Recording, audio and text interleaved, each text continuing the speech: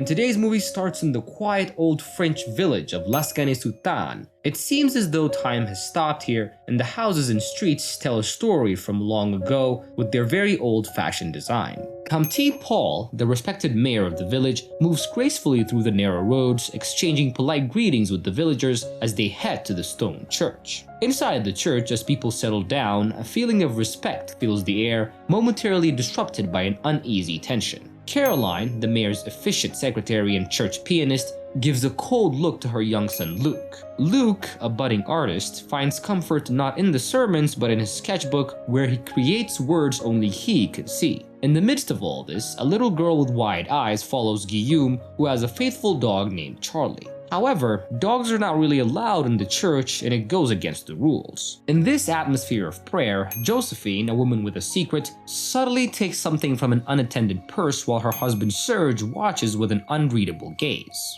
Suddenly, a strong winter gust from the north blows open the church doors, and the mayor calms things down as he closes the door. In the next scene, Vianne, a woman with captivating eyes and full of stories and a passion for chocolate, and her young daughter Anouk, a sweet child with a thirst for adventure, arrives at Armand's house. Their arrival to the house is quite dramatic. A firm knock on the door interrupts the elderly woman's dreams. Armand blinks in surprise at the sight of newcomers. Vianne explains that they've come all the way from a distant place called Lucia and plan to settle in a room above Armand's house. After appreciating the beauty of the city, Anouk and Vianne cautiously start to make themselves at home, but Anouk feels uncertain due to their very nomadic lifestyle, as this might mean that they could leave soon. The next day, Mayor Comte dresses in his official attire and visits Vianne's house. He sincerely invites Vianne to come to church, and she politely declines. But instead, she invites him to experience the delights of her upcoming establishment. And with Vianne's unwavering dedication, their home transfers into a sweet heaven. The quiet village starts buzzing with whispers as people become curious about the chocolaterie that's behind the covered doors. The enticing smell of melting chocolate fills the air, captivating their senses and hinting at a delicious revolution. Vianne's lack of religious beliefs and her liberal mindset seem very strange to the religious folk, causing her acceptance among them to decline. However, undeterred, she opens her chocolate pastry shop called Maya Chocolaterie,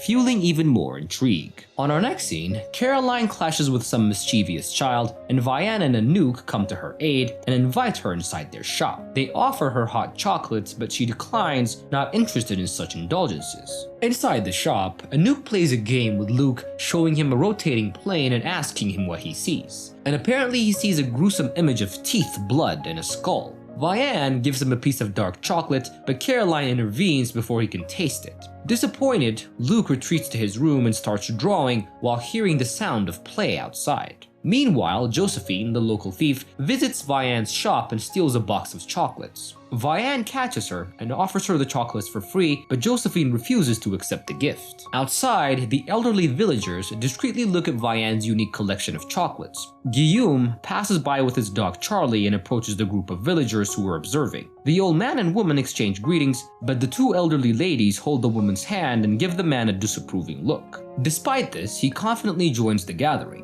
and Charlie sneaks into Vianne's shop and grabs a piece of chocolate, creating a chance for Vianne to introduce herself to Guillaume. She encourages him to taste her special chocolate, but he hesitates, not wanting to offend the elderly widows. Mayor Comte starts to cause division by criticizing Vianne for opening a chocolate shop during Lent and urging the priests to spy on her. Later, Vianne goes to a local bar with Anouk and meets Serge, Josephine's husband. Serge tries to mediate between Vianne and Josephine, but Vianne insists on offering Josephine a piece of chocolate. Josephine feels scared and guilty as she eats the chocolate and quickly spits it out when Serge calls her name. After hearing rumors about the mayor's actions against her, Vianne encounters Luke and invites him to her shop. He hesitates, knowing that the mayor has forbidden it, but eventually agrees. Furious, Vianne storms into the mayor's office, demanding an explanation for his behavior. He dismisses her, predicting the failure of her unconventional business. And in a fit of anger, Vianne strikes the mayor's statue, marking a new chapter in their confrontation. In a surprising encounter, Vianne catches Josephine, the thief of the village, stealing from her shop again. Josephine appears calm and worried as she observes Vianne's expression after their conversation with the mayor. She turns pale and searches her pockets for money to pay for the stolen item, but instead of accepting the payment, Vianne wraps the chocolate in delicate paper and with a smile gives it to Josephine as a present. They both enjoy the comforting chocolate while Vianne's concerns become apparent. Josephine laughs without a care, her eyes gleaming with mischief.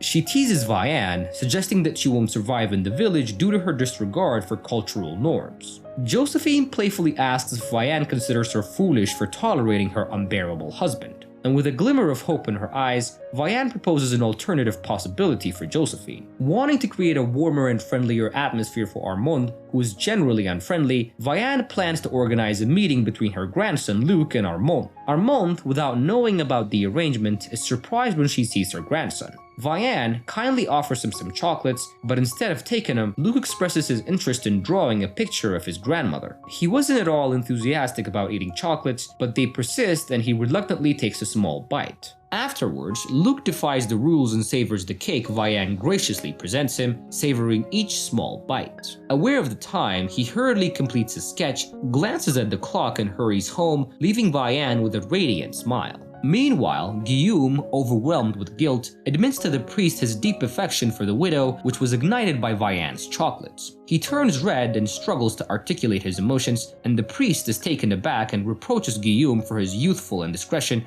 taking their conversation to an unpleasant conclusion. Late at night, there's a loud knock on the door. It's Josephine running away from her husband with a suitcase and a sign of her struggle. Vianne, feeling panicked but determined, helps Josephine calm down and brings her inside. In the morning, Serge, feeling flustered, goes to the mayor's house and confesses his love for Josephine and also his regret. The mayor, trying to hide his dislike, tells Serge that he should seek salvation through the Eucharist. Meanwhile, Josephine and Vianne become close while baking chocolates, while Serge tries to regain his respectability. As the smell of baked chocolates fill the air, Guillaume gathers his courage and leaves chocolate beans on the window's doorstep. However, the peace doesn't last long as Anouk, playing in the woods, spots a ship approaching. Filled with excitement, she brings Vianne to meet the new arrivals, a band of pirates led by Roux, a charming man with a guitar. Their interaction with the mayor is uncomfortable, resulting in an unexpected purchase and a warning from Roux to Vianne about getting caught in the middle. Tensions arise as the villagers voice their concerns about the outcasts potentially settling in their community, and the mayor cleverly proposes making the newcomers feel unwelcome without directly coercing them to leave.